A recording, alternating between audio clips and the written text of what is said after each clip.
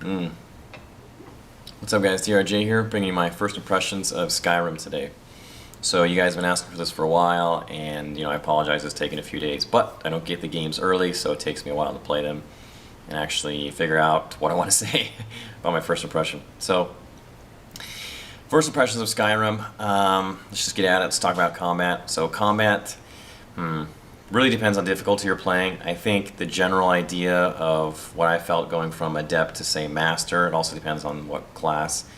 But like as a melee character moving from adept to master, the combat starts to feel like a more black and white of a scenario as far as you're going to win or lose. And I think this is a result of some of the mechanics that they've brought about in Skyrim. So things like health regen or magicka regen. Your magicka, I want to know, I'm sure that once you get to a certain point, you probably hit a threshold and you feel like you maybe have boundless limits of mana or whatever. There is no, I shouldn't say there's no health regen. You can eventually get to a point where you can start enchanting your gear to significant levels and either, enchant armor or health regen. So I'm sure that eventually you cross a certain threshold where you feel like you're, borderline immortal. I think the downside to that is, like I said, it can make the early to even mid-game very frustrating. And like I said, there's this sort of black and white bar that's drawn or line that's drawn in the sand that you either are going to win or are going to lose that scenario.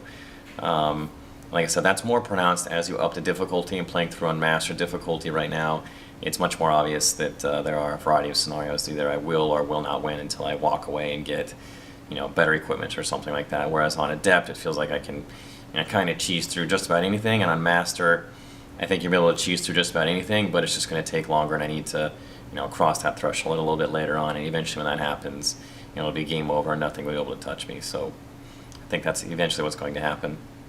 I think it's a little frustrating. It's a little sad because they've had so many different stabs at making a very similar game. They started off doing Morrowind and then to Oblivion, and even Fallout was fairly similar. But Skyrim, and I feel like they have so many of the same mechanics at play, and they have refused to fix, I think, some of the issues that could have been addressed.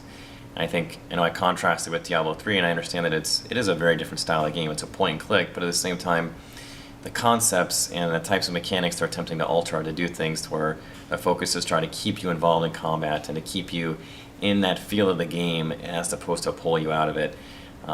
Whereas it seems like Skyrim feels like they have all sorts of different features that are added in from different teams, and they don't necessarily mesh well with each other, and I feel like I'm continually pulled out of the game for a variety of different reasons.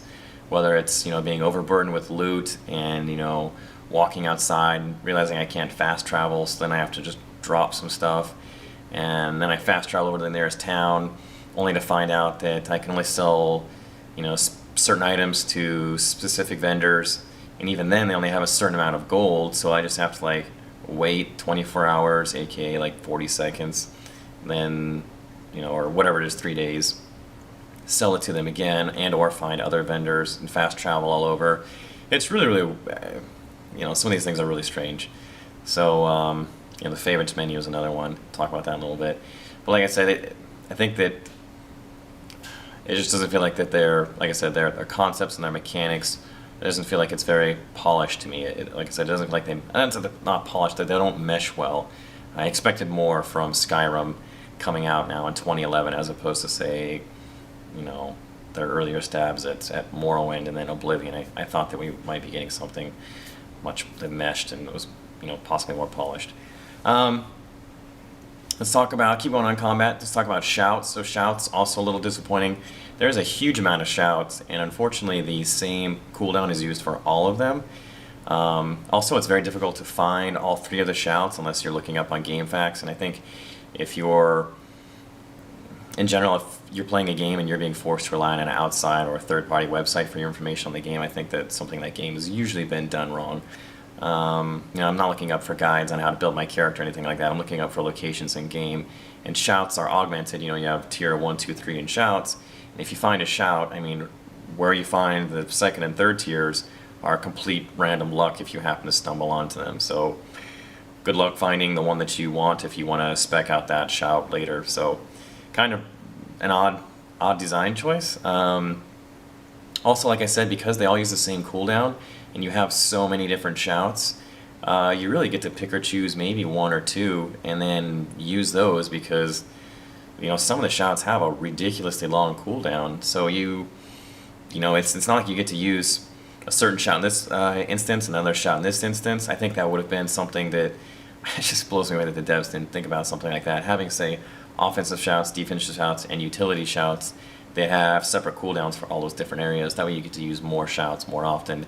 Because shouts are a cool concept, it's just that you don't get to use them very often because there's so many and they all share the same cooldown.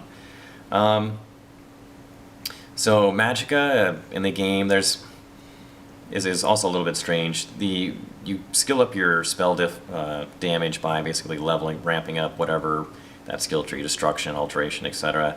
Also by buying higher level spells, and there's I think 6 tiers. But I think compared to say like the melee class where you're constantly upgrading weapons and or enchanting or using alchemy to give a boost to your smithing or something like that, I think mechanically wise, magic feels much less cumbersome than the melee class, but at the same time, the Magicka regen, I would imagine you hit that threshold just like you do with melee later on, but early on you can feel starved for it. And also, like I said, it feels a little bland because you're not upgrading your spells or adding anything besides the occasional staff that, like I said, doesn't augment your spells, it just gives you a staff that does something in addition to them. So I think I also want to now talk about favorites, which to me is a big key factor when I talked about the mechanically cumbersome events surrounding, well, mainly melee. I'm playing on the PC, by the way, so if anything sounds a little off to you, it's because I am playing on PC. So favorites. Favorites seems like a good idea probably for the console crowd because you don't have the buttons and the keybinds and the hotkeys that, say, a PC user would. And like when I played World of Warcraft, like I said, I played many different classes, but some classes had upwards of 40, 50 keybinds. There's no way that those kinds of combinations are possible on a controller, but on a mouse and keyboard, it's really not a big issue. So you have a favorites menu, which is basically the fastest way to get to anything. There's technically a hotkeys, but you can only map the hotkeys 1 through 8. And then if you're playing a melee class, you want to go, say, dual wield or dual wield or whatever. You can't pick and choose which hand you want to put something into. It just automatically puts it into the left hand. And with spells, you can hit, if you hotkey, say, fire and then ice, you can hit fire once, it'll bring it into your left hand. Hit fire again, it'll bring it into the left and the right hand. And if you hotkey ice, it'll first bring it into the left hand, so now you're using fire and ice. The same concept does not apply to melee. I don't know if it's bugged or whatever, but if I, say, have two daggers of the same kind and I hotkey it to one, it'll bring it to my left hand, I hit it again, and it unequips it and then unfavorites that from the favorite menu. Also, the favorite menu is not, I can't choose how it's organized, it's categorized alphabetically, and it pauses combat, and to me, like, yeah, it's, I remember like Dragon Age Origins gave you like the option to basically pause combat or not pause combat, and it's just funny how like there is no, I expected like maybe a system like that to be in there, but for people that want to like tactically pursue the battle, aka tards. But it's just odd that like every time I want to switch something, especially as a melee class, if I bring up anything else, I have to go back to my favorites menu and then manually select left, right, which buttons I want my weapons going back into. Real pain in the ass, I think. Anyway, very frustrating. Not fun. So let's see. I just want to talk about like the HUD/compass mini-map thing, or well, lack of mini-map. So you can fast travel anywhere you've explored, which is fantastic. The downside, you cannot fast travel, like I said earlier, with a whole bunch of loot.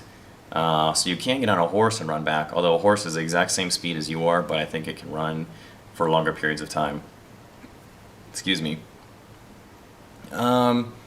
But the HUD that plays out at the top of the screen is both uses your cooldowns for your shouts, plus a huge smattering of random, seemingly symbols that are all over the place that are not explained in the player's manual that you eventually can figure out over time kind of what they're getting at.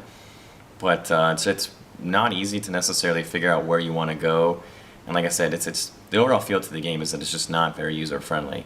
One of the easier ways to figure out where you want to go is to set a custom waypoint, but you can't custom set a waypoint on a location, but you can click that location and then choose the option to set a waypoint there. But you can't click there and set a waypoint manually. I don't know. Also, if you're trying to make your way around different mountain ranges and you want to go over here, it can be really tough to kind of figure out where exactly it is that you want to go in order to get there. I think there is a spell, Clairvoyance, that may or may not be able to help you out with that. Sometimes it doesn't work. I think most of the time I haven't had it work. It's telling me to go in a variety of different locations, even if you only have one quest selected at a time. And by the way, like navigating the quest menu is, I don't know, it feels like somewhat of a chaotic clusterfuck to me. Like I said, there's quests all over the place, and there's nothing, I don't think, that bolds the main quest necessarily. So, but like I said, if you want to choose which quest to go on, I can't just choose highlight this quest. I have to like deselect all the other quests and then only bring up that quest. It's, like I said, it's just not very user friendly. And while we're talking about maps, let's quickly go over exploration. Exploration in the game is actually, it's a lot of fun. You run around, you find a new place, you run in there, wherever. The upside to that, like I said, is there seems to be a lot of variety and a lot of really interesting stuff that you can pick up and find along the way. The downside is, of course, as usual, the looting. There are 4 trillion useless items to glance over, and once again, the majority of the bodies in the game have little to nothing on them, like 5, 6 gold, something like that. And when you start to get a higher level in the game, 5 or 6 gold is obviously nothing. Even at several hundred gold is nothing. So having every body you search have 5 or 6 gold defeats the purpose of searching them. But at the same time, occasionally they carry something special. So you're like, I want to search them, but it seems so pointless and tedious that it almost starts to discourage you from the idea of wanting to explore. Also, when you start exploring a new city, the first city isn't so bad. But when you explore another city, and there are quite a few huge cities to explore, there is no system in place to help you orient yourself to that city whatsoever. There's no, like, this is the blacksmith, this is the stables, this is the main thing, this is where people are standing with quests to give out. There's nothing like that. And in a game like this large, it just blows me away that there aren't mechanics in place that could help you ease the transition around the game. Like I said, either notifying you of quest givers or like different locations, like I said, blacksmiths, whatever, repair shop, alchemy shop, magic, repair, whatever, right? Like none of that is in place, and this game has a massively huge environment and world that you're living in, and walking into another city is just, as cool as they look and as much as I might like to explore that and look around, they're almost more frustrating to move around in, because oftentimes the terrain is odd, like I want to go down here and I can't figure out how to get down there, because I have to take a certain stairway. After I fall 10 feet, I kill myself. So it can almost be more frustrating to find a new city than it is exciting, like I said, as a result of some of the lack of the user-friendly mechanics that they failed to implement in the game, which, by the way, have never shown up in any of their games. And I am still surprised that they haven't put them in today, because there's so many other games out there that have done tackled similar situations much more efficiently than Skyrim has chosen to.